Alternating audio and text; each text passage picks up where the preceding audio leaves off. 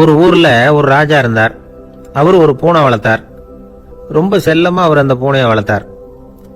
அவர் என்ன பண்ணுவார் தெரியுமா? இரவு நேரத்துல அந்த பூனையோட தலையில ஒரு விளக்க வச்சிருவார். அந்த பூனை ரொம்ப ஜாக்கிரதையா அந்த விளக்கு கீழே விழுந்துடாம பாத்துக்கும். தலையை ஆட்டாம ரொம்ப நிதானமா ராஜா பின்னாடி நடந்து போய்கிட்டே இருக்கும். அந்த விளக்கு வெளிச்சத்துல எல்லா வேலைகளையும் செஞ்சிருவார். கையில ஒரு விளக்க தனியா எடுத்துட்டு போக வேண்டிய அவசியமே இல்லை. விளக்க தூக்கிட்டு போற வேலையை அந்த பூனை பாத்துக்கும். அதனால ராஜாவுக்கு அந்த பூனை மேல ரொம்ப பிரியம். மந்திரிகளை எல்லாம் கூப்பிட்டு அவங்க கிட்ட சொல்லுவார், பாத்தீங்களா இந்த பூனை எவ்வளவு விசுவாசமா நடக்குது, என் பேர்ல எவ்வளவு மரியாதை பாத்தீங்களா அதுக்கு அப்படிம்பார். இதை கேட்டுட்டு அங்கிருந்த அமைச்சர்கள் ஒருத்தர் சொன்னார், மன்னா நீங்க சொல்றது சரிதான், இருந்தாலும் இந்த பூனையோட விசுவாசத்தை நாம கொஞ்சம் சோதிச்சு பார்க்க வேண்டியிருக்கு அப்படின்னாராம். சரி, உங்க ஆசையை ஏன் கெடுக்கணும், நல்லா சோதிச்சு பாருங்க அப்படின்னு சொல்லிவிட்டார் ராஜா. உடனே அந்த அமைச்சர் என்ன பண்ணார் தெரியுமா? எங்கேயோ புறப்பட்டு போனார். ஒரு 5-6 எலிகளை பிடிச்சிட்டு வந்தார். அரண்மனையில் ராஜா ஏதோ வேலை பார்த்துக்கிட்டு இருக்கிறாரு. பக்கத்தில் அந்த பூனை ரொம்ப பணிவாக நின்றுகிட்டு இருக்குது. அது தலையில் விளக்கு எரிஞ்சுக்கிட்டு இருக்கு. அமைச்சர் தான் பிடிச்சிட்டு வந்த எலிகளை அந்த பூனை பார்வையில் படுறது மாதிரி எதிரில் விட்டார். அந்த எலிகள்லாம் அங்கேயும் இங்கேயும் ஓட ஆரம்பிச்சுது. அதை பார்த்தது பூனை, அவ்வளவுதான். தலையில் இருக்கிற விளக்கை பற்றியும் கவலைப்படல, ராஜாவை பற்றியும் கவலைப்படல. ஒரே பாய்ச்சலா பாஞ்சு எலிகளை துரத்த ஆரம்பிச்சுட்டுது. தலையில் இருந்த விளக்கு எங்கேயோ போய் விழுந்தது, அணைஞ்சு போச்சு. இருட்டில் ராஜா தடுமாற ஆரம்பிச்சுட்டார். இந்த சமயத்தில் அந்த அமைச்சர் மறுபடியும் விளக்கை ஏத்தினார். வெளிச்சம் வந்தது. அதுக்கப்புறம் அந்த அமைச்சர் பேசினார், அரசே, பூனையோட விசுவாசத்தை பாத்தீங்களா? எலி அது கண்ணில் படுற வரைக்கும் தான் விசுவாசமா இருந்தது. அது மாதிரி எலியை பார்த்ததும் எல்லாத்தையும் விட்டுட்டு அதை துரத்த ஆரம்பிச்சுட்டு பாத்தீங்களா? தான் அந்த பூனையை பத்தி நினைச்சது தப்புங்கிறது அதுக்கப்புறம் தான் அந்த ராஜாவுக்கு புரிஞ்சுதான். சரி, இப்ப எதுக்கு இந்த கதையெல்லாம் அப்படிங்கிறீங்களா? இந்த பூனை மாதிரி தான் நம்ம மனசும். மனசை எவ்வளவுதான் பயிற்சி கொடுத்து பக்குவமா வச்சிருந்தாலும் பார்க்கறதுக்கு பரமசாது மாதிரி தான் இருக்கும். பார்க்க வேண்டியதை பார்த்துட்டுதுன்னா பாஞ்சிரும்.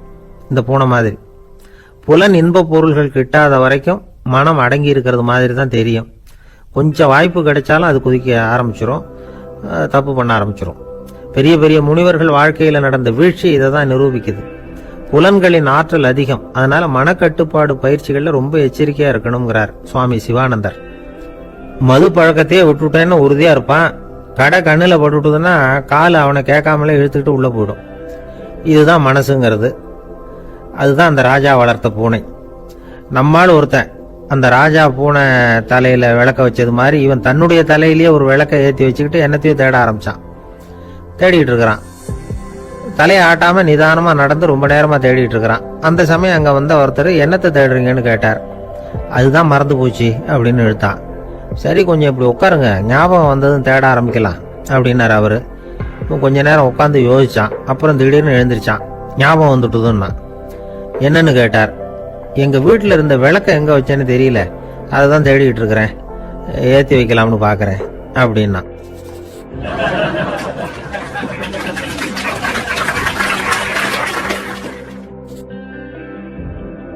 ஒரு விவசாயி விதைக்கிறதுக்காக வயல்வெளி பக்கம் போறார். விதைகளை அள்ளி வீசினார். அப்ப என்ன ஆச்சுன்னா, சில விதைகள் பாதை ஓரத்துல விழுந்தது. சில விதைகள் முள் செடிகள் மண்டி இருந்த புதருக்கு இடையில விழுந்தது. சில விதைகள் நல்ல நிலத்துல விழுந்தது.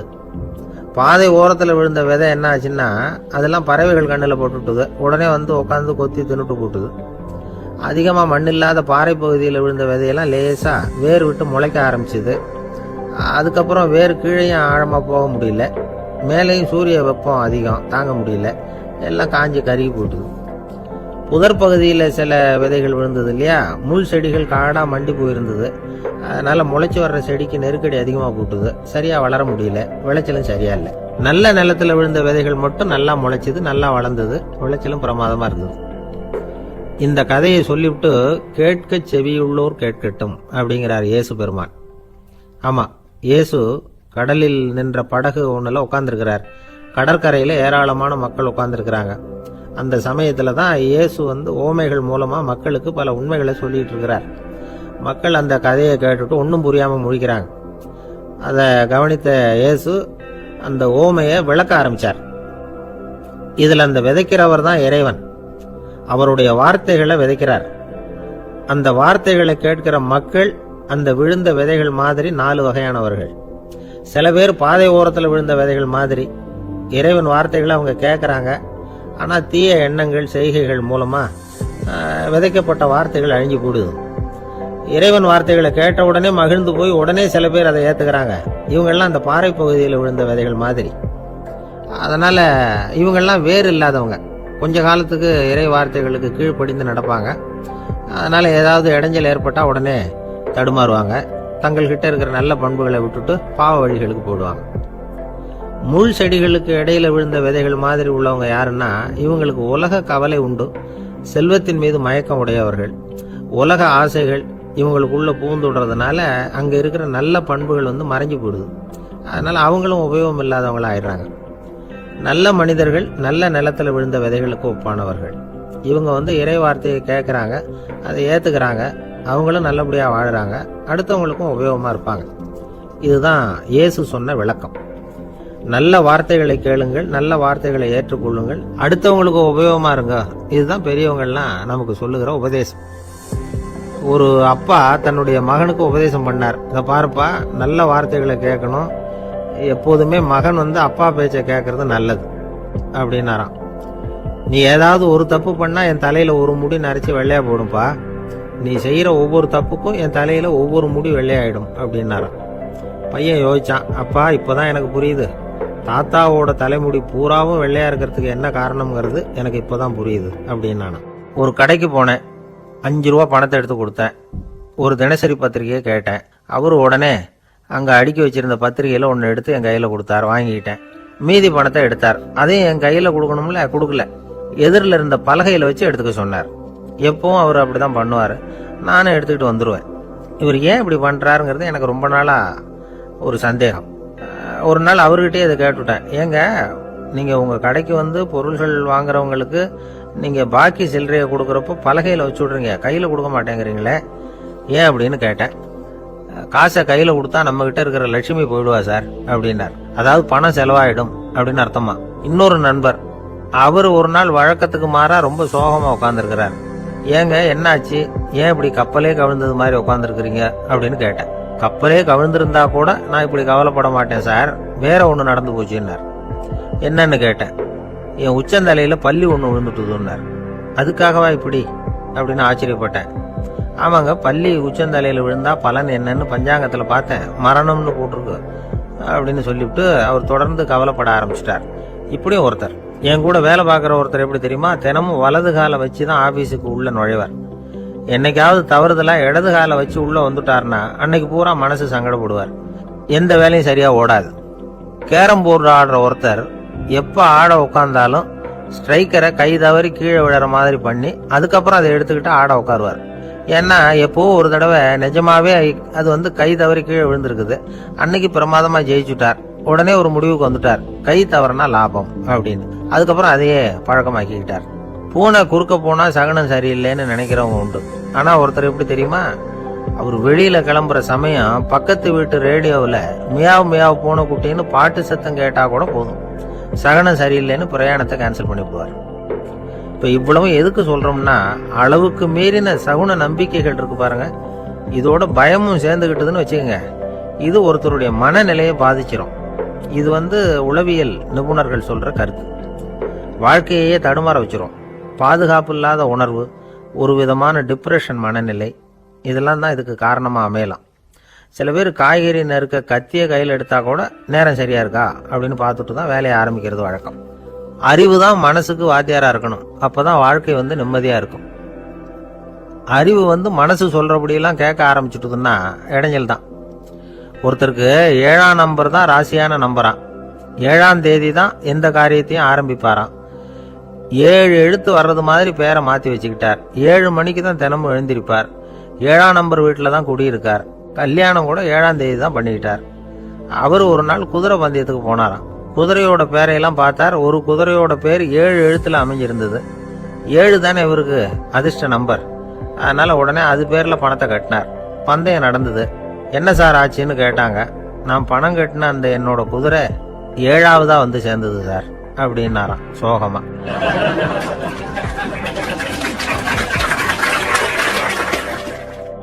ஜவஹர்லால் நேரு பிரதமரா இருந்த சமயம் அவர் ஒரு தடவை சென்னைக்கு வந்திருக்கிறார். இங்கே சில முக்கிய நிகழ்ச்சிகள்ல கலந்துக்கிறதுக்காக வந்திருந்தார். ஆளுநர் மாளிகையில ஒரு நாள் ராத்திரி தங்கி மறுநாள் புதுடெல்லி புறப்படுறதாக ஏற்பாடு. நிகழ்ச்சியில எல்லாம் முடிச்சுக்கிட்டு ஆளுநர் மாளிகையில தங்கி இருக்கிறார். அன்றைக்கு இரவு படிக்கிறதுக்கு ஒரு முக்கியமான புத்தகம் அவருக்கு தேவைப்பட்டது. அந்த சமயத்துல உலக அளவுல ஒரு முக்கியமான பொருளாதாரம் சம்பந்தமான ஒரு புத்தகம் வெளியாகி இருக்கிற விஷயம் அவருக்கு தெரியும். அந்த புத்தகம் மெட்ராஸுக்கு வந்திருக்குமா, அது இங்க கிடைக்குமா அப்படின்னு விசாரிச்சிருக்கிறார் நேருஜி. அவர் இப்படி கேட்ட உடனே அங்க இருந்தவங்க எல்லாம் ரொம்ப பரபரப்பா செயல்பட ஆரம்பிச்சுட்டாங்க. முக்கியமான இடங்கள்ல எல்லாம் விசாரிச்சிருக்கிறாங்க அந்த புத்தகம் உங்ககிட்ட இருக்கான்னு. சென்னையில உள்ள கன்னிமாரா நூல் நிலையத்துக்கு எப்படியும் அந்த புத்தகம் வந்திருக்கணும் அப்படின்னு ஒரு நம்பிக்கை. அங்க விசாரிச்சாங்க. அந்த புத்தகம் 2 நாளைக்கு முன்னாடி தான் அங்க வந்திருக்குது அப்படிங்கிற விஷயம் தெரிஞ்சுது. உடனே எல்லாரும் அங்க ஓடினாங்க. அவங்களுக்கு இன்னொரு சந்தேகம், புத்தகம் வந்திருக்கு சரி, அது இந்த சமயத்துல வேற யாரும் படிக்கிறதுக்கு எடுத்துட்டு போயிருக்க கூடாதே அப்படிங்கிற சந்தேகம். இருந்தாலும் மனசுக்குள்ள ஒரு தைரியம், இப்படி ஒரு புத்தகம் வெளிவந்திருக்கிற விஷயமே நேருஜி சொல்லி தான் நமக்கே தெரியும். அதுவும் இல்லாம உலக பொருளாதாரம் சம்பந்தமான ஏதோ ஒரு புத்தகம் அது, அதை போய் இந்த நேரத்தில் அவ்வளவு ஆர்வமா யாரும் எடுத்துட்டு போயிட போறாங்க அப்படிங்கிற தைரியம். இந்த தைரியத்தோட அந்த நூல் நிலையத்துக்கு ஓடினாங்க. புத்தகத்தை தேடுனா அது கிடைக்கல, யாரும் எடுத்துட்டு போயிருக்கிறாங்க.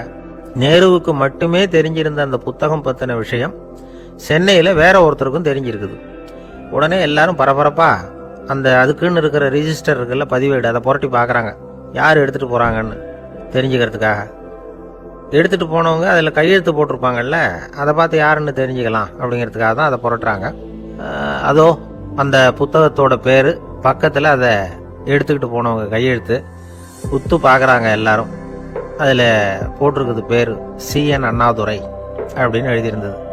அவரு தான் பேரறிஞர் அண்ணா. நேரு படிக்க விரும்பின ஒரு புத்தகத்தை அதே நேரம் படிக்க விரும்பின இன்னொரு தலைவர் இவர். படிக்கிறதுல அவருக்கு இருந்த ஆர்வத்தை நாம தெரிஞ்சுக்கணும்னா அதுக்கு எவ்வளவோ சம்பவங்கள் இருக்கு. கடைசி காலத்துல அவர் அடையாறு மருத்துவமனையில படுத்திருக்கிறார். அவருக்கு ஒரு முக்கியமான அறுவை சிகிச்சை செய்ய வேண்டியிருக்குது அவசரமா. அமெரிக்காவிலிருந்து டாக்டர் மில்லர் வந்திருக்கிறார். அவர்கிட்ட கேட்கிறார், டாக்டர் நாளைக்கே அறுவை சிகிச்சை செய்ய போறீங்களா அப்படின்னு. ஆமாங்கிறார் டாக்டர் மில்லர். நாளைக்கு மறுநாள் செஞ்சுக்கிறேனே அப்படின்னாரா அண்ணா. ஏன் ஏதாவது நாள் பாக்குறீங்களான்னு கேட்டிருக்கார். இல்ல, ஒரு புத்தகத்தை படிச்சுக்கிட்டு இருக்கிறேன், அதை நாளைக்குள்ள முடிச்சிருவேன், அதுக்கப்புறம் நான் இறந்தாலும் கவலை இல்லை அப்படின்னாரா இவர். அவர் தான் அறிஞர் அண்ணா. சங்ககால நூல்கள்ல இருந்து சமீபத்துல வந்த நூல்கள் வரைக்கும் எல்லாம் அவர் படிச்சிருக்கிறார். ஒரு திருமண விழாவில் அவர் பேசும்பொழுது சொன்ன விஷயம் இது. சங்க காலத்துல காதலியை மணக்க விரும்புகிறவனுக்கு அவனுடைய தந்தை வீர சோதனைகள்லாம் வைப்பாரு. போய் புலிப்பல்லு கொண்டுகிட்டு வா, அப்போதான் என் பொண்ணை கொடுப்பேன் அப்படின்னு சொல்லுவார். காதலன் உடனே காட்டுக்கு போவான், ஒரு புலியை கொன்று அதனுடைய பல்ல கொண்டுகிட்டு வருவான். அதை வீர பதக்கத்துல பதிச்சு அவனுக்கு மாமனார் சூட்டுவார் கல்யாண சமயத்துல. இப்போலாம் காதலன் கிட்ட அப்படி சொல்ல முடியாது. இப்போலாம் காதலன் கிட்ட காட்டுக்கு போய் புலிப்பல் கொண்டுகிட்டு வான்னு யாராவது சொன்னா புலிதான் மாப்பிள்ளையா வந்து சேரும் அப்படின்னார். எனக்கு இது மட்டும்தான் சார் தெரியும், இதை தவிர வேற எதுவும் தெரியாது அப்படின்னு சொல்லிக்கிட்டே காலம் தள்ளுறவங்க ரொம்ப பேர். அவங்க எல்லாம் கஷ்டப்பட வேண்டியிருக்கும். ஒருத்தர் தன்னுடைய தொழில ரொம்ப கெட்டிக்காரரா இருக்கலாம், அதுக்காக எப்பவும் அதே ஞாபகத்துல இருந்துகிட்டு உலகியல் அறிவு இல்லாம இருந்துடக்கூடாது, அது ஆபத்து. இதுக்காக நம்ம தாத்தா பாட்டிலாம் ஒரு கதை சொல்லுவாங்களே, கேள்விப்பட்டிருக்கீங்களா? ஒரு சமயம் ஒரு 4 பேர் சேர்ந்து வெளியூருக்கு பிரயாணம் போனாங்களாம். அந்த 4 பேர் எப்படி தெரியுமா? ஒருத்தர் வேதாந்தி, இன்னொருத்தர் சங்கீத வித்வான், 3வது ஆள் வைத்தியர், 4வது ஆள் ஜோசியர். இவங்க 4 பேரும் நண்பர்கள். அதனால சேர்ந்து புறப்பட்டாங்க. வழியில ஒரு ஊர்ல தங்கினாங்க. இருட்டி போச்சு. அதனால இன்னைக்கு ராத்திரி இங்கேயே தங்கி இருந்துட்டு நாளைக்கு புறப்படலாம் அப்படின்னு தீர்மானம் பண்ணாங்க. சாப்பாட்டுக்கு என்ன பண்றது? அங்கேயே கடத்தருவுக்கு போய் சாமான்லாம் வாங்கியாந்து சமைச்சு சாப்பிடலாம்னு முடிவு பண்ணாங்க. 4 பேர் இருக்கிறதுனால ஆளுக்கு ஒரு காரியமா செய்யலாம் அப்படின்னு வேலையை பிரிச்சுக்கிட்டாங்க. வைத்தியர் கரிகாய் வாங்க போனார், வேதாந்தி எண்ணெய் வாங்க போனார், ஜோசியர் பலசரக்கு வாங்க போனார், சங்கீத வித்வானுக்கு சமைக்கிற வேலை. எல்லாம் சரி, ஆனா நடந்தது என்ன தெரியுமா? கடைத்தருவுக்கு காய்கறி வாங்க போனார்ல வைத்தியர், அங்க போய் மார்க்கெட்ல பார்த்தார். ஒவ்வொரு கரிகாயா எடுத்து பார்த்தார். இது பித்தம், உடம்புக்கு ஒத்துக்காது, இது வாயு, உடம்புக்கு ஒத்துக்காது அப்படின்னு ஒவ்வொன்னா தள்ளினார். கடைசியில ஒண்ணுமே தேரல, வெறுங்கையோட திரும்பி வந்துகிட்டு இருக்கிறார். எண்ணெய் வாங்க போனார வேதாந்தி, அவரு ஒரு தொன்னையில எண்ணெயை வாங்கினார். பேசாம அதை எடுத்துட்டு வர வேண்டியது தானே, முடியல. அவருடைய வேதாந்த மூளை சிந்திக்க ஆரம்பிச்சுட்டு, இந்த தொன்னைக்கு எண்ணெய் ஆதாரமா அல்லது எண்ணெய்க்கு தொன்னை ஆதாரமா அப்படிங்கிற ஆராய்ச்சியில இறங்கினார். என்னாச்சு தெரியுமா? அப்படி கவுத்து பார்த்தார். வாங்கின எண்ணெய் பூராவையும் வழியில் கொட்டிவிட்டு வெறும் தொண்டையோடு வந்து சேர்ந்தார். பலசரக்கு வாங்க போனார் ஜோசியர். அவர் ஒரு வழியில் பார்த்தாரு. வழியில் வந்தவங்களெல்லாம் அங்கங்கே ஒரு மரத்தடியில் உட்கார வச்சு அவங்களுக்கெல்லாம் ஆர்வம் சொல்ல ஆரம்பிச்சிட்டார். அப்படி ஒவ்வொருத்தராக சொல்லி முடிச்சுட்டு கடத்தருக்கு போய் சேர்ந்தார். இவர் அங்கே போய் சேர்றதுக்குள்ளே ரொம்ப நேரம் ஆகிட்டுது. கடையெல்லாம் பூட்டிவிட்டு போயிட்டாங்க. என்ன செய்யறது? அவரும் வெறுங்கையோட திரும்பி வந்து சேர்ந்தார். சரி, இவங்க கதை தான் இப்படி ஆச்சு. அங்கே சமைக்கிறதுக்காக உட்காந்துருந்தார் சங்கீத வித்வான். அவர் கதை என்னாச்சு தெரியுமா? அங்கே அவர் அடுப்பை பற்ற வச்சு ஒலையை கொதிக்க வச்சார். அதாவது ஒரு பானையில் தண்ணியை ஊற்றி அடுப்பில் வச்சார். அது கொதிக்க ஆரம்பிச்சது. தண்ணி கொதிக்கிற சத்தம் இருக்குதுல்ல, அது இவருக்கு தாளம் போடுறது மாதிரி இருந்தது. ஒரே குஷி, பாட ஆரம்பிச்சுட்டார். பாடிக்கிட்டே உற்சாகமாக கையில் இருந்த கரண்டியால் அந்த பானையில் தட்டினார், தாளம் போடுறதா நினச்சிக்கிட்டு. அவ்வளவுதான், பானை பட்டுன்னு உடஞ்சி போச்சு. தலையில் கையை வச்சுக்கிட்டு அவரும் உட்காந்துட்டார்.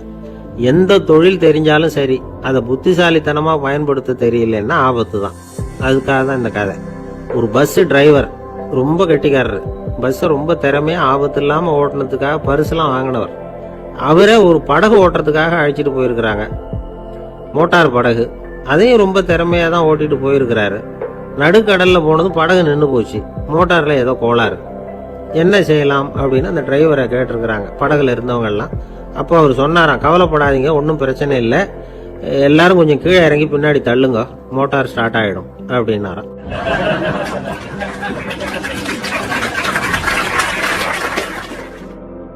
இமயமலை அடிவாரத்தில் ஒரு மடம். அங்கே ஒரு சன்னியாசி இருந்தார். அவர்கிட்ட ஒருத்தர் வந்தார். சுவாமி, ஆசையை உதற நினைக்கிறேன், முடியல, ஒட்டிக்கிட்டே வருது அப்படின்னாராம். இப்படி உட்கார, ஒரு கதை சொல்கிறேன் அப்படின்னு சொல்லி அவர் சொல்ல ஆரம்பிச்சாராம். அவர் சொன்ன கதை என்னன்னா, ஒரு ஊரில் ஒரு ஆள் இருந்தான். அவன் பேர் குப்புசாமி. அவன்கிட்ட எப்பவும் ஒரு பழைய தொப்பி இருக்கும், விடவே மாட்டான். அதனால் அவனை எல்லாரும் தொப்பி சாமி அப்படின்னு தான் கூப்பிடுறது வழக்கம். ஒரு புது தொப்பி வாங்கிக்கப்படாதாப்பா அப்படின்னு நண்பர்கள்லாம் சொல்லி பார்த்தாங்க. பணத்துக்கு எங்கே போவேன் அப்படின்னு விட்டானா. பணம் வச்சிருக்கான், செலவு பண்ண மனசு வரல, மகா கஞ்சன். பழைய பாட்டில்கள்லாம் வாங்கி வித்துக்கிட்டு இருந்தான். அப்படி ஒரு தடவை பழைய கண்ணாடி சாமான்களை ஏலத்தில் எடுத்தப்போ அதில் ஒரு அருமையான சென்ட் பாட்டில் கிடைச்சிது. உடனே ஒரு ஐடியா பண்ணான். அந்த சென்ட்டை சின்ன சின்ன பாட்டில்களில் அடைச்சி ஜன்னல் ஓரமாக அடுக்கி வச்சுட்டான். அதை விற்றா நிறைய பணம் கிடைக்குமே, அதனால். இதுக்கு இடையில ஒரு நாள் அவன் அப்படியே உட்காந்துருந்தான். அந்த நேரம் நண்பன் வந்தான். ஏண்டா, உன் பழைய தொப்பியை மாற்றப்படாதா? ஊரில் எல்லாரும் கேலி பேசுகிறாங்களே ஒன்று தொப்பி சாமின்னு அப்படின்னு சொல்லி கேட்டிருக்கான். இந்த சென்ட்டு பாட்டில் விற்றதும் பணம் வரும், அதுக்கப்புறம் பார்க்கலாம் அப்படின்னு நானா இவன். சரி வா, நீச்சல் குளத்துக்கு போயிட்டு வருவோம் அப்படின்னு கூப்பிட்டுருக்கான் நண்பன். 2 பேரும் போனாங்க. அதே நேரம் அந்த ஊர் நீதிபதியும் அங்கே குளிக்க வந்தாராம். அவர்கிட்ட இருந்தது விலை வசந்த ஒரு புது தொப்பி. அதை அங்கே இருந்த ஸ்டாண்டில் மாட்டிவிட்டு குளிக்க போனார். இதுக்கிடையில குப்புசாமி குளிச்சுட்டு வந்தான். அவனுடைய பழைய தொப்பியை காணலை. அந்த புது தொப்பியை பார்த்தா இது நண்பனுடைய வேலை தான் அப்படிங்கிறதாக புரிஞ்சுக்கிட்டு அதை எடுத்து மாட்டிட்டு வந்துட்டான். நீதிபதி குளிச்சுட்டு வந்து பார்க்குறாரு, தொப்பியை காணும். போலீஸில் புகார் கொடுத்தார். அவங்க தேடினாங்க. ஒரு மூலையில் பழைய தொப்பி கிடைச்சது. அடடா, இது நம்ம குப்புசாமியோட தொப்பி இல்லையா அப்படின்னு நானா ஒருத்தன். உடனே அவன் வீட்டுக்கு தேடிட்டு போயிருக்காங்க. அங்கே போய் பார்த்தா புது தொப்பி அங்கே இருக்குது. உடனே அவனுக்கு 1000 ரூபாய் அபராதம் போட்டாங்களாம். அவன் பணத்தை கட்டிவிட்டு ரொம்ப எரிச்சலோடு வீட்டுக்கு வந்தான். பழைய தொப்பி கண்ணில் பட்டுது. மறுபடியும், உன்னால தானே எனக்கு 1000 ரூபா நஷ்டம் அப்படின்னு சொல்லி அதை எடுத்துக்கிட்டு அப்படி போயிருக்கான். அந்த ஊர் குளத்துல வீசி எரிஞ்சிட்டு வந்துட்டான். அது மீன் பிடிக்கிற ஒருத்தன் கையில் சிக்கிச்சு.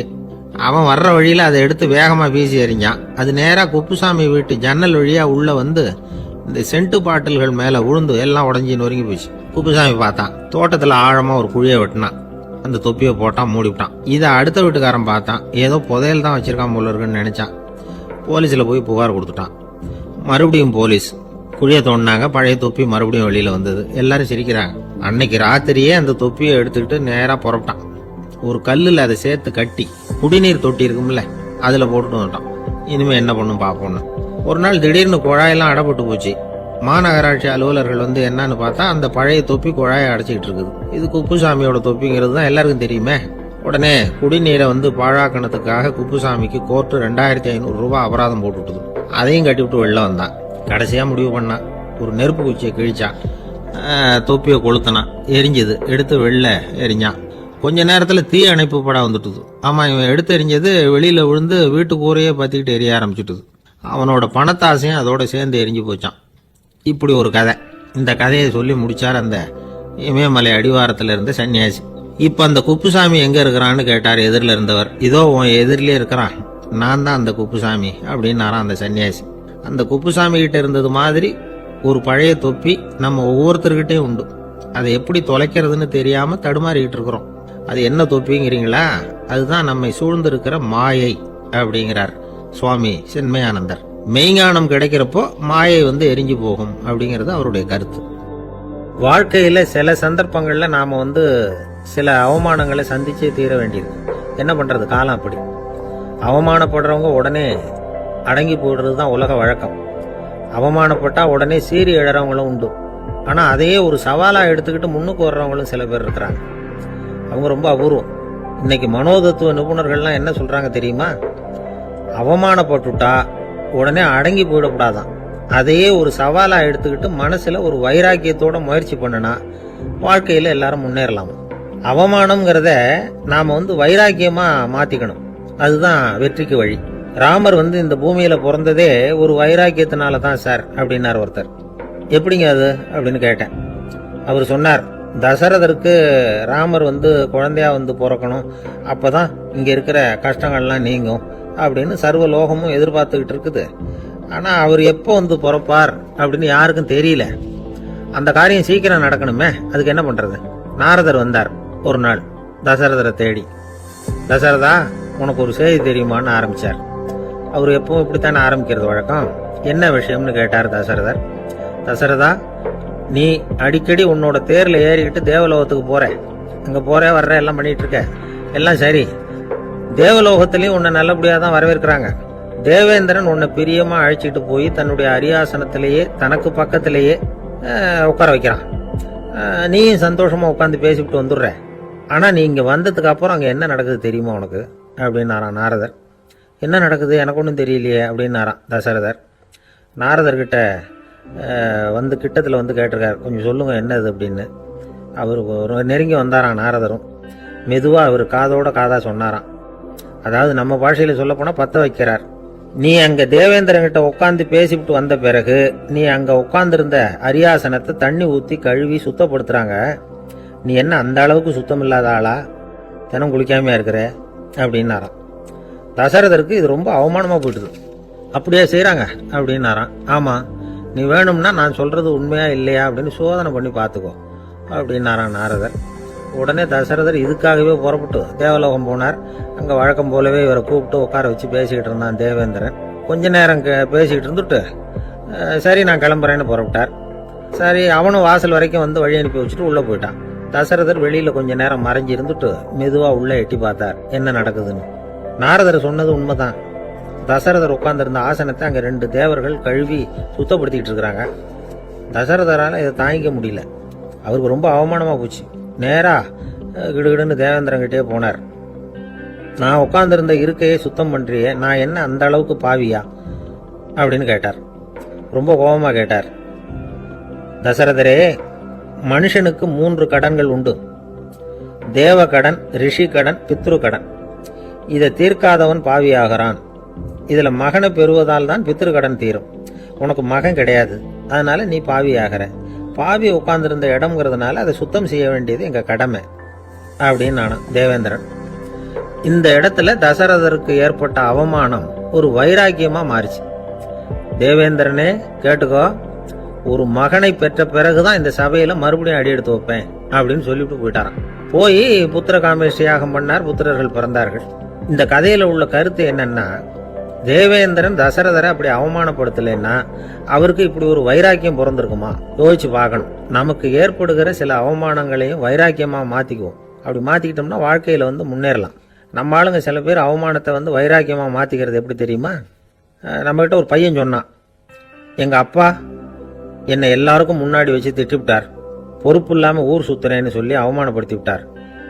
இனிமே நீ என் முகத்திலேயே முழிக்காதரா போடான்னு வேற சொல்லிவிட்டார். எனக்கு ரோஷம் வந்துட்டுது. அந்த அவமானத்தை வைராக்கியமா மாத்திக்கிட்டேன். அன்னையிலிருந்து அவர் முகத்திலேயே முழிக்கிறது இல்லை அப்படின்னா. அப்படியான்னு கேட்டோம். ஆமாங்க, அவர் வீட்டில் இல்லாத நேரமா பார்த்து உள்ள சமையல் கட்டுக்கு போய் சாப்பிட்டுட்டு நைஸா வெளியில வந்துருவேன் அப்படிங்கிறான் அவன்.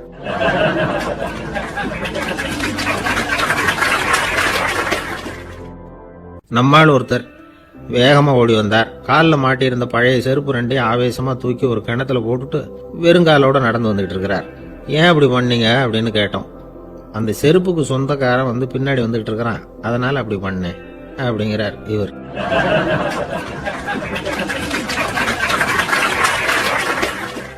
காசியில் இருக்கிற கடவுள் காசி விஸ்வநாதர், அங்க இருக்கிற தேவி காசி விசாலாட்சி. இவங்க 2 பேரும் ஒரு நாள் பேசிக்கிட்டு இருந்தப்போ கடவுள் சொன்னார், இந்த மனிதர்களை நாம ரொம்பவும் நம்பிக்கையோட தான் படைச்சிருக்கிறோம், இருந்தாலும் அவங்களுக்கு தான் நம்பிக்கை இல்லை, எதுலேயும் ஒரு உண்மையான நம்பிக்கை இல்லாம வாழ்ந்துகிட்டு இருக்கிறாங்க அப்படின்னார். என்ன அப்படி சொல்றீங்க?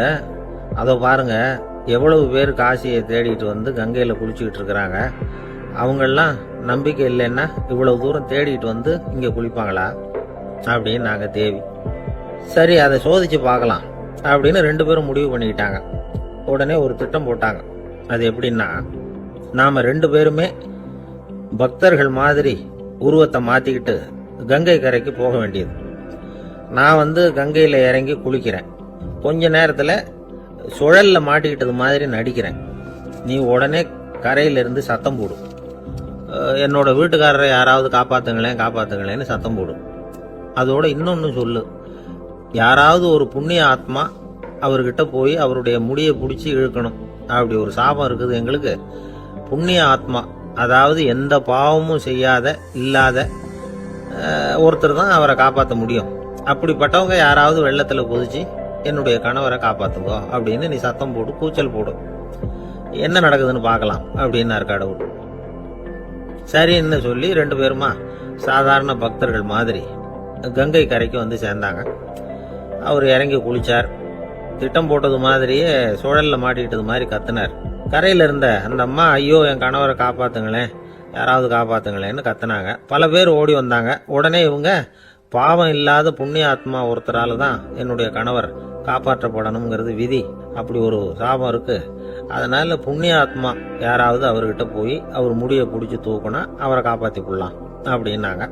இவங்க இப்படி சொன்னதும் எல்லாரும் திகைச்சு போய் நின்னுட்டாங்க. ஒவ்வொருத்தருக்கும் அவங்க செஞ்ச பாவம்லாம் ஒவ்வொன்றா ஞாபகத்துக்கு வர ஆரம்பிச்சுட்டுது. சரி, இதுக்கு நாம லாயக்கு இல்லை அப்படின்னு சொல்லி ஒதுங்கி போக ஆரம்பிச்சிட்டாங்க எல்லாம். இந்த சமயத்துல யாரோ ஒருத்தர் வேகமா ஓடி வந்தார், ஆத்துல குதிச்சார், அவர்கிட்ட போனார், முடிய பிடிச்சார், தூக்குனார், அவரை காப்பாத்தி கரைக்கு கொண்டுட்டு வந்துட்டார். அப்படி காப்பாத்தின அந்த ஆளை இவங்க 2 பேரும் தனியா கூப்பிட்டுக்கிட்டு ஒரு மண்டபத்துக்கு வந்துட்டாங்க. வந்து விசாரிக்கிறாங்க. நீ யாருப்பா அப்படின்னு கேக்குறாங்க. ஏதும் தெரியாத மாதிரி, நான் இந்த ஊர் அன்ன சத்திரத்துல வேலை செய்யற ஒரு சமையல்காரன் அப்படிங்கிறார். நீ வந்து கங்கையில குளிக்கிறது உண்டான்னு கேட்டிருக்காங்க. நான் இந்த ஊர்லயே தான் இருக்கிறேன், இருந்தாலும் தினமும் கங்கையில குளிக்கிறது இல்ல, எப்பாவது ஒரு நாள் அங்க குளிப்பேன் அப்படின்னார். கங்கையில மூழ்கி எழுந்திருச்சா பாவம்லாம் தொலையும்னு சொல்றாங்க. அப்படி இருக்கிறப்போ அங்க இன்னைக்கு கங்கையில குளிச்சுக்கிட்டு இருக்கிறவங்க எல்லாம் தங்களை வந்து புண்ணிய ஆத்மாவா நினைக்கல. கங்கையில குளிக்காத நீ உன்னை வந்து புண்ணிய ஆத்மாவா நினைச்சு என்னை காப்பாத்த வந்திருக்கிற, அது எப்படி அப்படின்னு கேட்டார். அதுக்கு அந்த ஆளு சொல்றான், கங்கையில குதிச்சதுக்கு அப்புறம் தானே உங்களை காப்பாத்த போறோம், அப்படி குதிக்கும் பொழுது என்னுடைய பாவம்லாம் போயிருக்கும்ல, நான் புண்ணிய ஆத்மாவா ஆயிருப்பேனே, அதனாலதான் துணிஞ்சு வந்து உங்களை காப்பாத்தினேன் அப்படின்னா. கடவுளும் தேவியும் அவனுக்கு வந்து காட்சி கொடுத்தாங்களாம். இப்படி ஒரு கதை உண்டு. அதாவது கங்கையில குளிச்சுக்கிட்டு இருக்கிறவங்களுக்கே தங்களுடைய பாவம் போகுங்கிற நம்பிக்கை பரிபூர்ணமா இல்ல, குளிக்காத ஒருத்தனுக்கு அந்த நம்பிக்கை இருந்தது, அதனால அவனால கடவுளை பார்க்க முடிஞ்சது. கடவுளை வந்து நாமளும் பார்க்க முடியுமா முடியாதா அப்படிங்கிற குழப்பம்லாம் நமக்கு வேண்டியதில்லை. நம்பிக்கையோட வாழணுங்கிற உண்மையை மட்டும் இந்த கதையிலிருந்து புரிஞ்சுக்கிட்டா போதும். ஏன்னா இந்த கதையை கேட்டுட்டு ஒரு நண்பன் குதர்க்கமா ஒரு கேள்வி கேட்டான். ஏன் சார், கங்கையில குளிச்சா பாவம் போயிடும்னு சொல்றீங்களே, நான் எனக்கு வேண்டாத ஒருத்தனை அழைச்சிட்டு போய் கங்கையிலேயே தள்ளி விட்டுட்டு அதுக்கப்புறம் அங்கேயே முழுக்க போட்டுட்டு நான் செஞ்ச பாவத்தை வந்து அதுலேயே கழுவி விட்டுட்டு மறுபடியும் உங்ககிட்ட வந்துடுறேன்னு வச்சுக்கோங்க, நீங்க என்னை வந்து புண்ணிய ஆத்மான்னு ஏத்துக்குவீங்களா அப்படிங்கிறான். ஆளு கொஞ்சம் அசந்தா நம்மளே அங்க அழைச்சிட்டு போனாலும் போயிடுவான்.